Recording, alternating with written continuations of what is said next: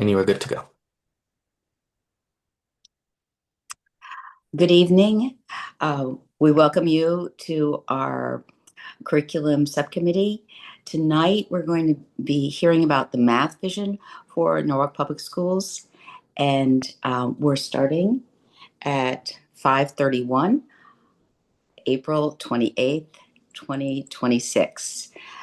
Welcome, all of you. This should be a very interesting night. Mr. Pennington, could you introduce the rest and A- welcome them? Absolutely. Good evening, everyone. Thank you. And we have members of our team and then our partners from TNTP who have been working with our district. And I will start by introducing Meredith Burdick from TNTP and Dion Walton as well. So they are both from TNTP and they will be talking through some of the work that we have been doing. With us also this evening, I have Danny Brown, who's Education Administrator for Humanities, and Misty Hofer, Education Administrator for STEM.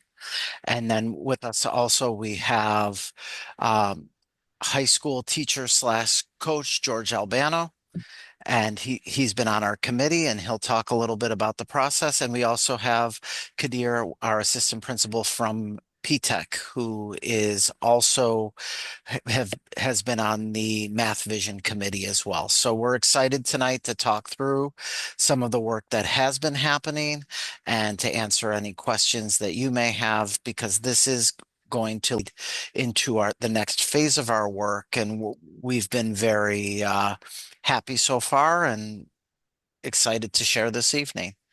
Meredith and Dion, would you like to just say hello before we get started? Of course. Hello, Mary Ellen. Hello to everyone.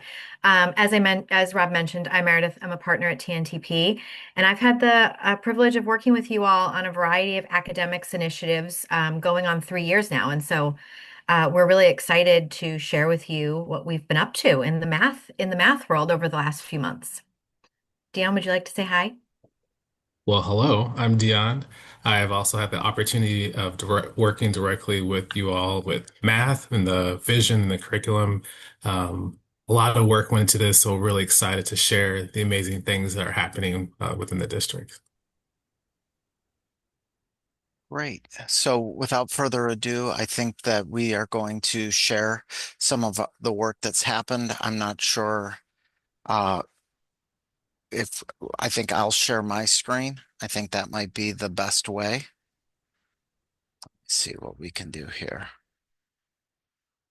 Oh, what are we seeing? I think we're seeing the screen. Let me put it into present mode.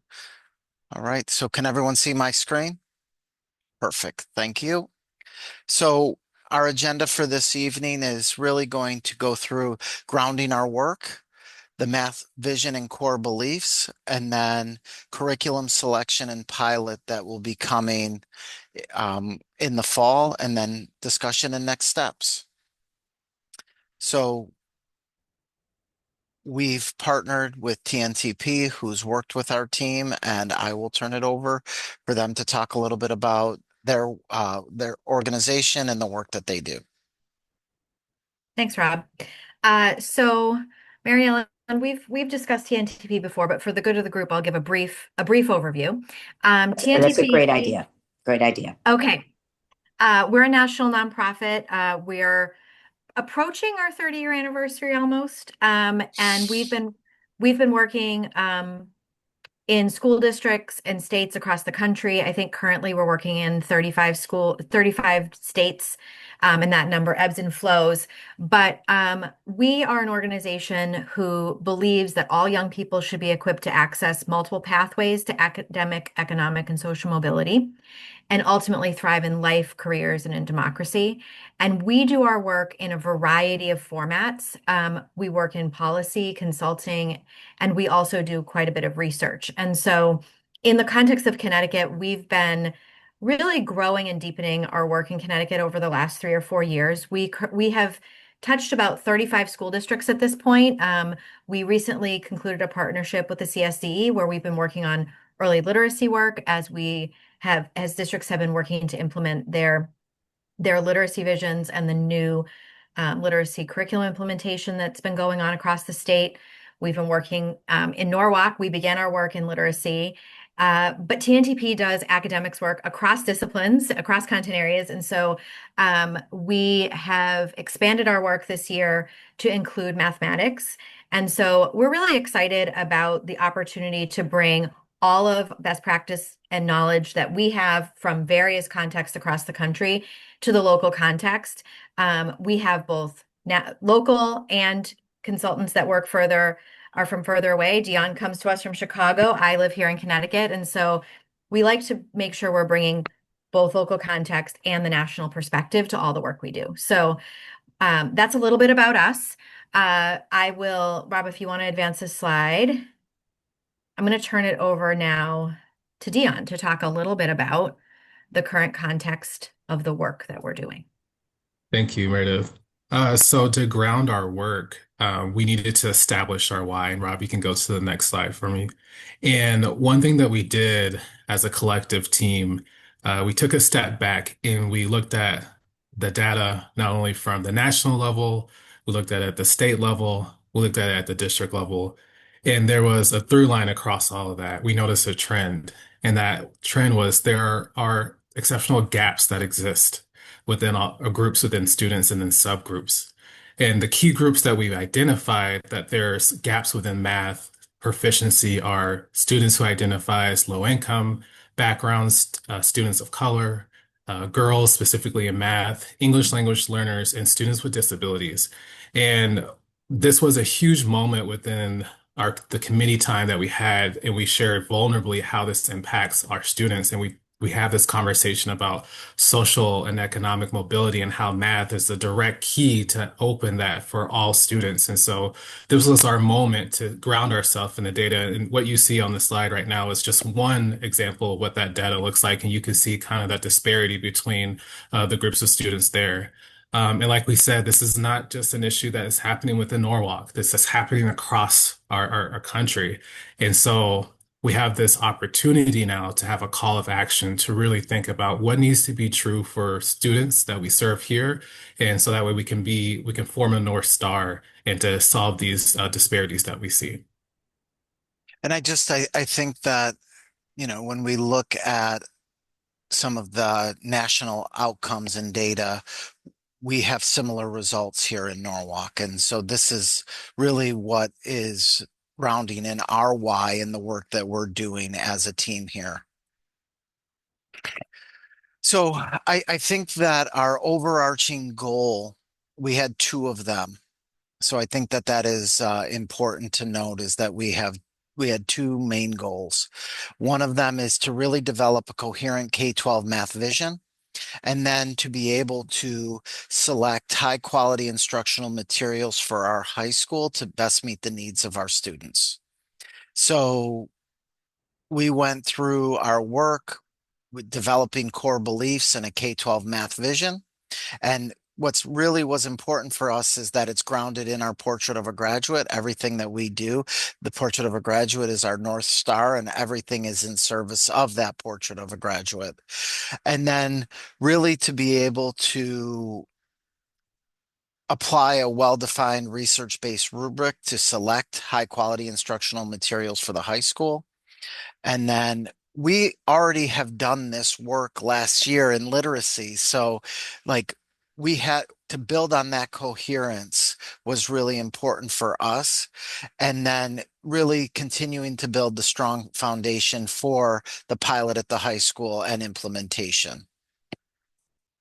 So we had some really important principles that we wanted to make sure that we followed, and that is that stakeholder input directly informed each phase of the decision-making process, that we have a committee, and that committee had teachers, coaches, improvement teachers, assistant principals, members from our central office team. So it was a very diverse committee. And then it's anchored in our portrait of a graduate, and it, like I said, builds on that coherence around the K-12 literacy work that we did. And I'm going to ask Mr. Albano, who is a teacher and coach, to really talk a little bit about the experience up until this point. Sure. Thank you, Rob. Good evening, everyone. My name is George Albano. I am the instructional coach for mathematics and the instructional lead at Norwalk High School. I am also a proud product of Norwalk Public Schools, and I have two sons right now that attend Norwalk Public Schools. So this work was incredibly meaningful for me, and something that, I was honored to be a part of. Like Mr. Pennington shared, stakeholder input not only directly informed, it really drove each phase of the decision making. There was focus groups where we honestly identified the current state of instruction in Norwalk and identified some areas where we could be better. We kind of created a shared research base where everybody did collective readings, and we looked at best practices across all classrooms. We defined our set of core beliefs. We revised them constantly. We brought them to teachers in our building to kind of get input on them. And ultimately, we developed criteria for what we believe high quality instructional materials should look like at the secondary level. And that's going to lead to the pilot that we'll talk about later on. But every phase was driven by the members of the committee. Like Rob said, it was a representative selection committee that, although we were one of the goals was to pilot some high quality instructional materials at the secondary level, it was a K-12 vision. So there was representatives from elementary, middle, and high school. There was principals, assistant principals, math coaches, math improvement teachers, special education teachers, and MLL teachers for multilingual learners. So really to get the stakeholders that work with our students every day to try to identify, what opportunities do we need to make sure our students have. George, Yes. if you could explain, hover a little bit on that collective reading when you were working in these groups of a variety of educators. Sure. What kind, for example, at the high school level, what kind of things might you be reading? Sure. So we looked at some of the data that Dion shared earlier that just said that the discrepancy in the achievement gap that exists across the country that we also see in Norwalk, that I see at Norwalk High School. We read about the opportunity myth, which states that students that believe that they are better at math and the beliefs that their teachers hold about them, whether or not they can learn, the impact that will have on a student as they move from kindergarten through 12th grade. We looked at what best practices should lead to, not just problem solving for students, but really procedural fluency and a sense of belonging for students. And that along with conceptual understanding being key factors that really lead to success later on. One article that we looked at said, are students born good at math? Either you are good at math or you're not. And we found I like that. Yeah, right. Just if I could interject, I taught Sure. math for quite a long time. So, yes, I would be totally against. You don't need to be born. You can learn. Right. So, Keep going. not only the beliefs that students have about themselves, but the messages we send to the kids with the quality of work we give them, right? That 79% across the country, 79% of students were achieving success in the classroom, but only 17% were meeting grade level standards in terms of mathematics. So why does that discrepancy exist? Because we're not always presenting challenging materials to them. So these were just some of the things that Dion and his team really led us through to ground our work and say, why is this meaningful? Because our students are not performing at the level we want them to. And we have such a diverse group of learners in Norwalk that they all deserve the opportunity to be successful in math. So what can we do to support that? Thank you for expanding that. Sure. Yep. And like Rob said, the portrait of a graduate is our North Star. So we took our core beliefs and we wanted to make sure that they aligned with those elements of the portrait of a graduate. And we, not surprisingly, because a lot of the work that we do in Norwalk Public Schools is around that, but we identified discourse and students learning from one another as being a core belief that leads to learning, and that is directly in line with effective communicators and synergistic collaborators. We believe that, and when I say we, I mean the committee, challenging tasks and productive struggle, we know that those help develop critical thinkers. Student-led classrooms where students do the thinking, they do the reasoning and the problem solving, those lead to self-directed learners. So it was directly in line, and we also wanted to make sure that it was in line with the K-12 literacy work that was done last fall.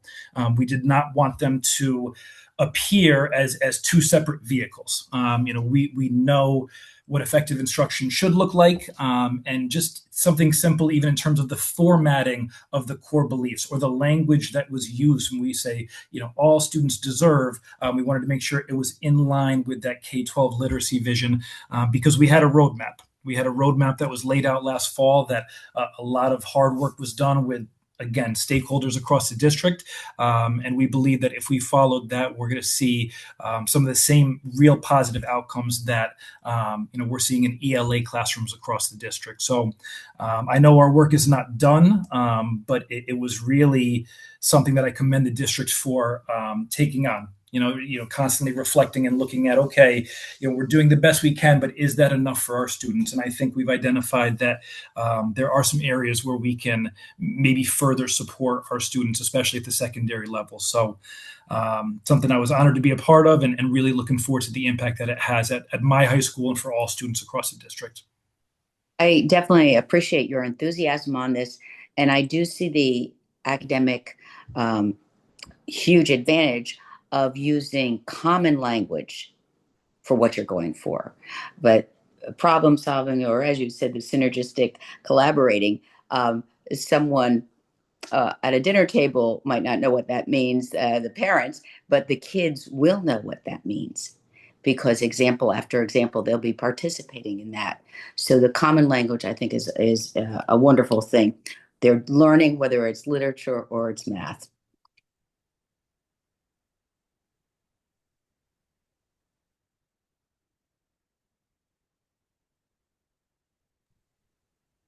And we're going to turn it over to Misty.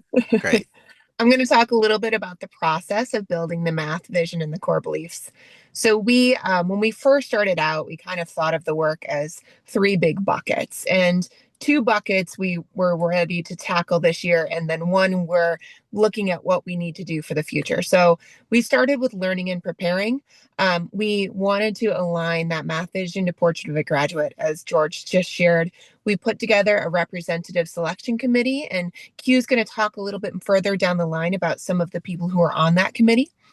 And then we also looked at a lot of data. George talked a little bit about some of the data that we looked at, some of the research that we built, our understanding around, in order to be able to move into our next section, which was really investigating different curriculums, looking at the literacy vision, thinking about core beliefs.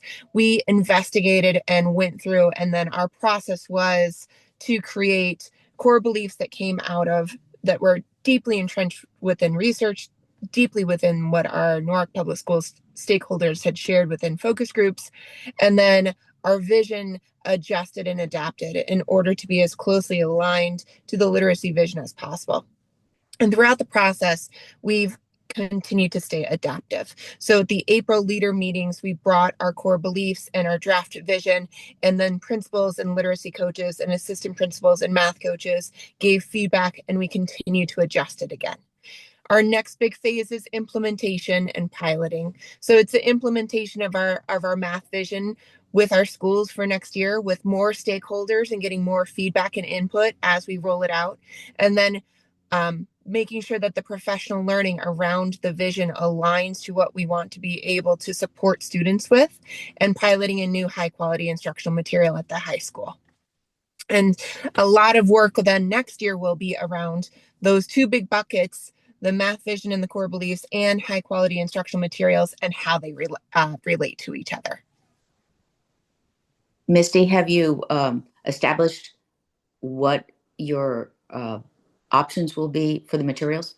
That is a great question, Mary Ellen. And we're going to talk about our what we have eliminated so far and where we are in the process in a few minutes. Okay, thank you. So this is just kind of an overview of our sessions as we originally laid it out. But what you don't see on here is we actually had a session 6 yesterday to talk about the piloting, because at the end of session 5, we were really hoping to be able to make a decision on what high quality instruction materials we would pilot, what that pilot would look like. And after 5 sessions, we just weren't there. That session happened in early April. We went back to the drawing board. We decided to pull our curriculum committee or our visioning committee at the high school level back together yesterday and really discuss about with the focus on the piloting, because everything had been so purposeful and careful, and everyone was so very invested from sessions 1 through session 5 that when our committee members shared at that session 5 that they just weren't ready, we needed to pivot and add a session 6 into our scope of work. Okay. I'm going to pass it over to Kadir, but I will make sure that you hear a little bit more about those instructional materials. Thank you. Thanks, Misty. Good evening, everyone. I'm Kadir Abdul Salam, assistant principal from PTech. Still funny to hear myself say that I'm from PTech. But in any event, it's been an honor to be on this Math Vision Committee. And I have sort of a unique perspective as a former high school math teacher in Norwalk at Brian McMahon for 3 years. And then to be an administrator, really involved in this process has been, really eye-opening for me. But one of the kudos I wanted to give to the TNTP staff was to how we engaged in this process by looking at and considering our individual math identities. It is so important to be able to connect emotionally to the content, and we define the instructional core as the complex relationship between teacher, students, and curriculum. And so that math identity is that complex relationship that spills into everything that we do. So when I, consider the representation from our schools, we had MLL teachers, we had an MLL administrator, and when I would hear them talk, it would be really around language supports and really what are the specific elements of instruction that would impact our MLL learners. But the truth is, you can call that in multilingual or you can call that in mathematical language learners, and all of our students are that. So that's an important connection for me that really binds all students in this process. And then when you think about our special education teachers and our special education students and administrators, how would we what is really the core content of mathematics that we need to have within our special education courses, and what modifications and what accommodations would best support, instruction, high quality instruction for all students. And, I really empathize and connect with the work that George is doing as a math coach, because in effect, what we're doing is looking to incorporate the best curriculum, right? And then have our teachers be able to connect to that, look through it, reflect on their own teaching experiences, some 1 year, some up to 20 years or more. What are the similarities and differences with this new curriculum that we haven't decided on yet? So again, there's that emotional component that comes with this that really has to be in favor and worked, closely with our teachers to be able to deliver that high quality instruction. And so, when I think of, as we read the article, The Opportunity Myth, great article, great article. There was a definition in there, mathematical literacy. So I just want to read that definition. Mathematical literacy is the capacity to formulate, employ, and interpret mathematics to solve problems in real world context. So it's that essence of math that is really important, that has to be delivered to all of our students. And then again, in my role as an administrator, could you read that again? Just repeat those 3 things. Oh, sure. The definition? Yes. Okay. Mathematical literacy is the capacity to formulate, employ, and interpret mathematics to solve problems in real world contexts. So it's a little bit more than just, 1 + 1 solving a simple equation. It's actually really, and I sort of break it down this way. There's standard spoken English, right? You want to be able to connect to math and interpret it that way. But then there's mathematical language and concepts that are very specific to this work and this instruction. And I think that's a really important point for teachers to be able to connect to, and our students. Right. So yeah, so I just think this is, again, in this role as an assistant principal who was taught math, to be able to support, empathize with teachers in their individual math identities, and really the human experience around this. I don't think it can be understated, because when we have teachers who are passionate, who are joyful about what they're teaching and excited about this work, then it lands on students and with students very well. And shout out to this, to the CO team, because this has been a very collaborative process where they are really saying, teachers choose, play with the tools, experience the platforms for the reveal and the envision, and see, where this connects with you and how you can take step one in planning high quality lessons to deliver high quality instruction. So shout out to you guys, Misty, Rob, and the whole crew. Great. So I'll jump in. I know that there was great conversations that were already had about some of the research that we've already done. And George, you spoke about these, and Q already spoke about this eloquently. But on the screen, you will see 3 additional resources that we use to kind of anchor our conversations in. And as you can tell, like the level of depth, like I just have to shout out this district and the committee, because the level of depth that folks went into this was just mind-boggling to me. It's just amazing how much care and passion folks have for student success.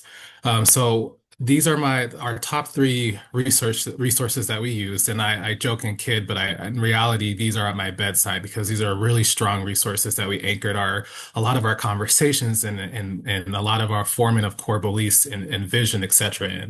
And because we don't have enough time, unfortunately, I'm not going to read all of them, but there are key ideas and through lines that came through all of them. We've already begun to name those and note those, and you'll see those on the screen, but I'll kind of highlight some of those.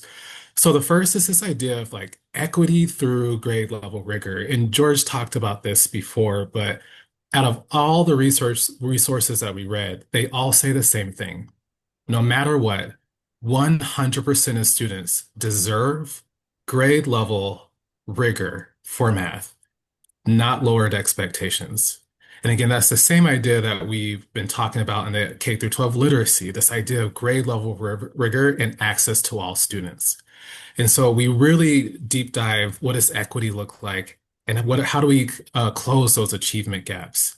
The second item that we talked about, this idea of student discourse and student thinking being at the center of all instruction. So one thing that we did talk about is traditionally in math classrooms, we would see kind of like a sit and get kind of math class, but research is saying that, hey, no, we need to push this. Students need to be leading this conversation. Students need to be exploring this through discourse, through reasoning, having appropriate and adequate math language, like we've talked about already, in order for them to drive solving and understanding math. So that way it doesn't just live within a textbook, but actually can be applied to real life. Next is this idea of depth, and we talked about this already, but this eloquent balance of the just amount of conceptual understanding mixed with procedural and fluency that should be transferred across our math classrooms. So again, this is not a sit and get, and did you get the right answer, but did you understand what you did? Did you understand that process? Can you apply this to real world? Like, what is the purpose of this, and how do you see yourself using this in the future? The next one is coherent systems matter. So we know that, and we talked about this already, when there's consistency across the board, it makes that learning so much more easier for all students. And so the big push is ensuring that the curriculum is aligned to the instruction and assessments across all classrooms. So not just high school, but K through 12. Because what happens in that kinder classroom will impact us in 3rd grade, will impact us in middle school, and then eventually impact us in high school. We are all working together. The next is this idea that we really slow down to go fast here. This idea of belonging fuels achievement, which I sometimes feel like is often missed when we're thinking about what needs to be true about instruction in math class. But this idea of how do students see themselves within that classroom? All students and George talked about this before. We talked about the Pygmalion effect, that if we believe that our students can and will achieve proficiency with math, they will begin to feel that amongst themselves, and that will drive them to make those outcomes. And it just becomes this cyclical thing. And we landed on this idea that all of our classrooms has to be a safe place. All of our students' identities have to be respected, and all of our students and teachers have to feel belonging within that classroom to seek success. And then finally, language drives access. So again, this discourse and representation supports for all students. So not just, we really digged into this when we were talking about our multilingual learners, but like you said it perfectly, is like this will help all students. So what language needs to be true within the classrooms to help students have access to be able to even engage with the rigor necessary? So again, we anchored our research in this in the math committee, and we knew that this research was extremely important to share across not just the committee, but broader sense. So we shared this with the principals, we shared this with APs and school leaders as well, and coaches. So that way we have a calibrated mindset of what needs to be true for math instruction through the K-12 system. And one thing just to call out that many people name is like, hey, this is really similar. We're hearing the same things, the common language we said that we talked about already with literacy. And so we're already beginning to see that through line and connectedness, which is helping this process be even more successful. We can boogie to the next slide. And so to stamp it, we landed on what needed to be true as we were developing these core beliefs and these visions. So one, we talked about coherence. We named that how coherence helps make this so much easier for students to understand. It makes it honestly easier for teachers and leaders to lead this work. Secondly, anchoring the success that you all already have with literacy and making that explicit connection with math. Having a clear shared definition of what high quality math looks like. How do we name it? What does it look like? What should we be hearing and seeing when we go to any classroom, regardless if it's K or 12? Access. Every student deserves equal access to grade level rigor. That is their right, and that is what our push is for the core beliefs and the vision and the work that we do. Connected it again to the portrait of a graduate. So again, not only our teachers, our school leaders are speaking this language, but students themselves will be able to say, like, I find this connection, and then I can use this to leverage my own success. And then lastly, really anchoring what needs to be true about instruction, what should be true in those classrooms, and what should we be looking at and refining each day to go from good to great. And so we've talked about this slightly already, but the development from the K through 12 vision and core beliefs was extremely ran through stakeholder consensus. And I really have to shout out the district and the work that you all have set this up, because this was truly driven by the folks that were in that room, the committee, and also folks that were not in that room. So we kind of bucketed in two ways. So the first group, so the committee, developed through collective ownership. So example is the core beliefs. They worked multiple sessions on developing, well, what should be the core beliefs, multiple rounds of input, multiple rounds of feedback to refine it to make sure we go from that good to great. This was a collaborative process where folks were able to work across buildings, work across grades. So that way we're not just working in silos, because we wanted to make sure that whatever is true in X grade is true in another grade, because we wanted consensus. And then the second bucket was stakeholder input to date. So again, we've had ongoing input from teachers, instructional staff, principals, assistant principals, and then, like George named, allowing folks to really reflect on the realities of the current classrooms and school leadership and what also needs to be true for that. What you see on the screen is the core beliefs and the vision. And obviously you can't read those because those words are extremely small. But from those core beliefs and the vision, we landed on these main buckets that were true across both of these, the core beliefs and the vision, which also align to literacy vision, which also aligns directly to the portrait of graduate. So you may be hearing this echo again, but rigor, we talked about rigor is true across all of these. Rigor has to mean a great level of mathematics. It needs to build on deep understanding, accuracy, and real world application. So we're not just sitting and getting and plugging in the calculator. We're really understanding that process. Equity, again, 100% of students deserve the grade level rigor that is at that grade with integrated supports in a consistent way. Student thinking, students are driving the work. Students own the thinking, students engage in discourse, students engage in reasoning and in problem solving and are able to explain and justify their ideas. We know that if we're practicing this within the classroom, this will be items that students will begin to practice outside of the classroom. And again, thinking about social and economic mobility, providing them with those skills necessary for that. And then finally, that coherent system. Again, you've heard this multiple times over and over, this alignment to that portion of the graduate, ensuring that the curriculum that the curriculum that the selection committee is going to be doing aligns with the portion of a graduate, aligns to the core beliefs, and aligns with these visions as well.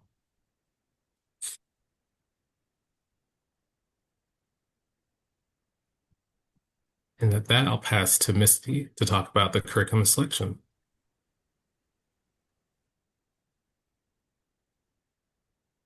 So, Rob, can you just go to the next slide? So as we prepared for new HQIM at the high school, there were a few areas that we really wanted to make sure that we aligned to, which was grade level. Dion just went through how important grade level instruction is.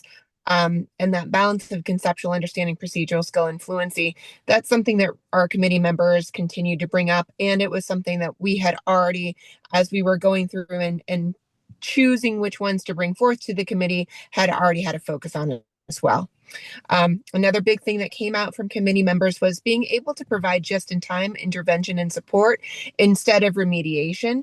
So when students are not at the point where they're accessing a grade level skill, what can we do right then in order to bridge that gap and get them back into grade level? The accessibility for multilingual learners and diverse learners, that was a big one. And we wanted to make sure that we were holding true to the fact that all students were going to be able to be successful with grade level with the high quality instructional materials that we're choosing. Coherence across grade levels and courses. So even though we are not changing any high quality instructional materials in K through 8, we wanted to be able to have a resource at high school that had coherence that was already built from K through 8 and was just then building onto that. We want to make sure that we're able to sustain it. And then the big one was earning a green rating on ed reports. That was a non-negotiable in order to choose what we brought forth to the committee. So what we brought to the committee was 5 different resources. Envision Algebra, Geometry, Algebra 2. Envision Integrated Sequence. Reveal Algebra, Geometry, Algebra 2. A Reveal Integrated Sequence. And then Imagine Learning Illustrative Mathematics. Algebra, Geometry, Algebra 2. And the difference between an integrated sequence and an algebra, geometry, algebra 2 sequence was one that we wanted to be able to bring to the committee, knowing that it would take a huge system change if that's an area that we decided to look at with serious and evaluate the pros and cons. So with these 5, we then went to the high school selection committee, which was again comprised from people from our math visioning committee, and started to narrow it down. And what Dion brought forth was a tool and a rubric that we then put into place to help us evaluate which curriculums we would seriously look at. And what you see on the screen is that tool. Again, this is the IMET, or the Instructional Materials Evaluation Tool. Many folks are familiar with this tool, but Achieve the Core put this out. So this allowed the team to really anchor in some non-negotiables and align criterion that can ensure that this was a very objective process to really anchor in what needed to be true for the curriculum. So one of Could the I just aspects. ask one question Go ahead. here? Yeah. When we're referencing the standards, are you talking about the National Council of Mathematics Teachers, the MCTM standards, or what standards are we looking at? Yeah, so IMET is aligned to the Common Core standards. So those are the standards that they're referring to. Okay. Great question.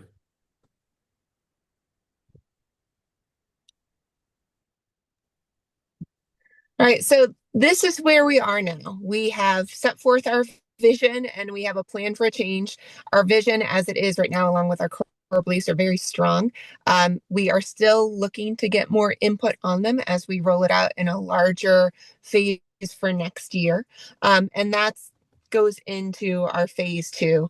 As we look and we're putting these core beliefs and this vision into place, we really need to make sure that the professional learning is present.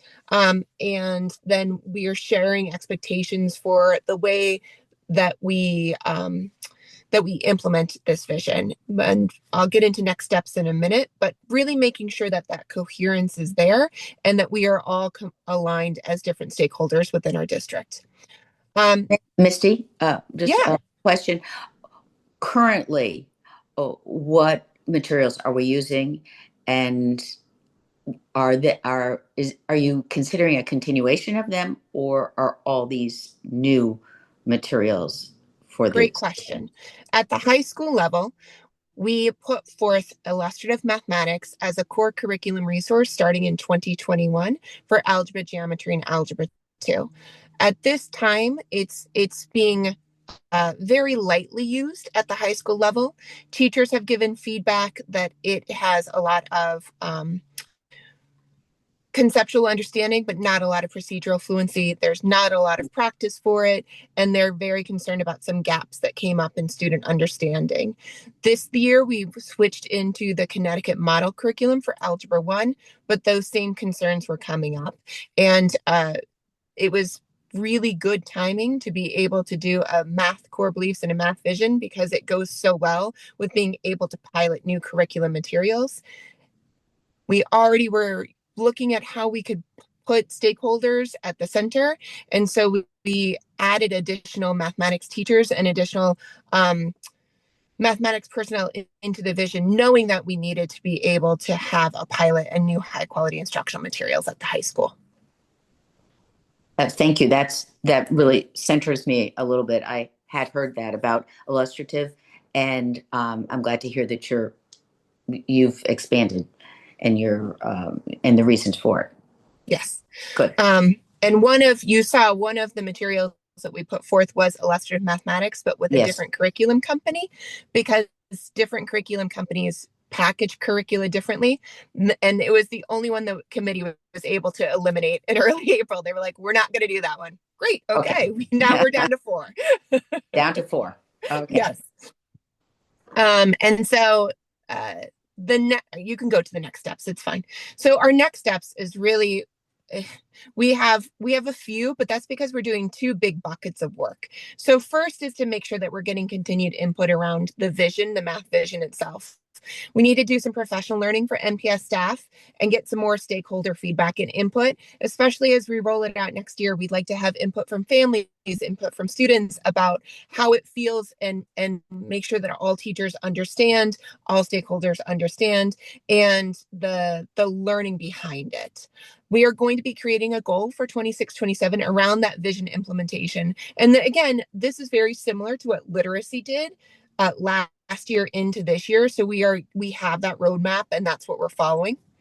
And then we're also going to be focusing on the implementation of those core beliefs and that vision. So there's going to be professional learning around it, and then learning walks are going to be held for next year.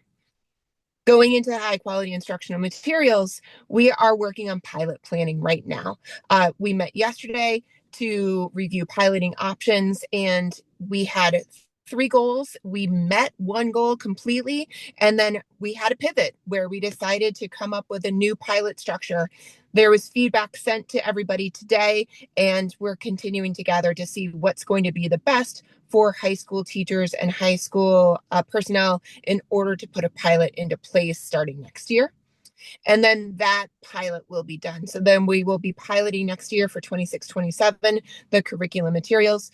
We have now chosen the materials for piloting, but we have not yet chosen the units that will be piloted. So we are slowly chipping away at what we need to make sure is done for next year.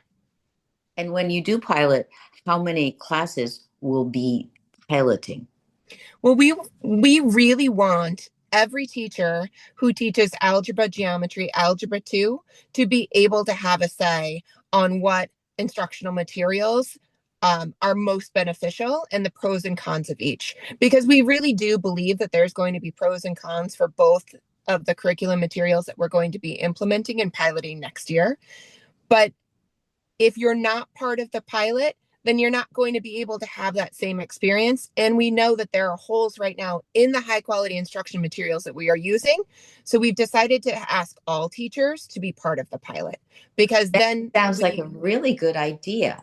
So they will, when you're taking medicine, there'll be 2 different pills you'll be taking. So you'll have teachers teaching the same topic, but using 2 different companies, and then comparing at the end. All right. Somewhat, Mary Ellen. The difference between the literacy vision is our committee yesterday eliminated what we called a 50-50 version. Rather than if it's a teacher A and a teacher B, teacher A using Envision and teacher B using Realize at the same time, they wanted to do it all together so that the professional learning would match up, so that the teacher teams could match up, so that the conversation was really around that curriculum and everyone was getting the same experience, and then try a different unit with the other curriculum. And that's the structure that we're still trying to figure out. I see what you're saying. All right. So there will, everybody is going to have the same company they'll work with for one topic, and then a different topic will be a different company. Maybe those are so we know there's going to be two curriculums. What we are trying to figure out is the timeline and the amount of units for each. So the committee narrowed down to 3 choices yesterday, and they were providing feedback on those 3. Technically, we narrowed it down to 2 and then created a new one as a committee. And then they're providing more feedback around it. And I've been getting emails that they've been sharing with their colleagues and trying to get more feedback from colleagues as well. And so just wide view, we're doing this for the high school level. In the following year, will we do it for the middle school and then the elementary? I'm aware that you have some making thinking visible with the vertical whiteboards. That's going on the elementary level. Is that something of a pilot, or how? That's a great question. So our high quality instructional materials at K through 8 have shown increased data year over year since we put them into place. So we're not looking to change those at this time. What we have done in K through 8 is we've supplemented and added in the additional materials where we knew there were some holes that needed to be plugged. So if you were to look at a pacing guide from, say, 5th grade, that pacing guide would be about 80% illustrative mathematics and 20% additional materials, maybe tools for teachers lessons, maybe centers materials pulled from another resource, maybe a math and practice lesson, intervention resources, etc., all kind of aligned to the focus at the grade level. I see.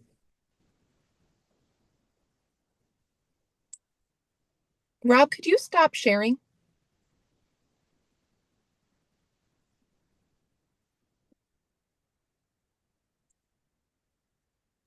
Well, as you can see, it has been a pretty busy process for us as a team. I am very grateful, number one, for having TNTP as a partner, but I'm also extremely grateful for our amazing teachers, administrators, coaches who've been involved in the process, because they have been the catalyst that has really made this a success up until this point. And I think that they'll be the ones that will continue to make this a success in the fall as well, when we look to pilot in high school, and then when we look to make the vision become a reality K through 12. Mary Ellen, do you have any other questions for members of the team? We have, like I said, we have a wide range of people here, No, and so this is you can get lots of perspectives. Right. So what I want to say is that I am so delighted with the vibrancy of this level of discussion, this level of search. And I take, Dion, your compliments to our teachers and educational leaders, because I've seen that same thing too. I see wonderful work. I see enthusiasm and joy and passion, and I want to keep lifting that up. So this is great stuff, and I appreciate all your work. And um, I'm wondering about Kadir, excuse me, how fascinating that is that you've been a math teacher all this while, and now you are in a more administrative role, but you still use your math understanding, your math educational understanding directly. So that's really effective and cool. Thank you all. I really thank you all for your work. Misty, Meredith, George, Dion, Danny. Thank you. Well, thank you very much, Mary Ellen. And like I said, there will be more to do, like more work around this, because one of our big goals next year will be around uh, implementation of our math vision. So this is not going to be the first time that you hear about this. We'll be bringing this back to the table next year, and hopefully sometime throughout next year, we'll be coming to the curriculum subcommittee with a recommendation for a new curriculum in the high school, and then that would go to the full board for approval. So Right. this is going to be something we continue to discuss over the next year or so. And so we just wanted to be able to share the work that has been happening, because there has been a lot of work behind the scenes I can see that. to build out our math vision, to get stakeholder input, and then to get ready for a pilot of materials. Okay, thank you. Thank you all. And I'm staying tuned. Wonderful.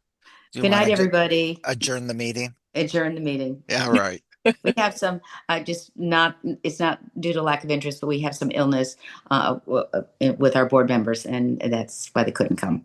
No worries. I think that we have a recording so they can Right. catch up as And they well. will catch up.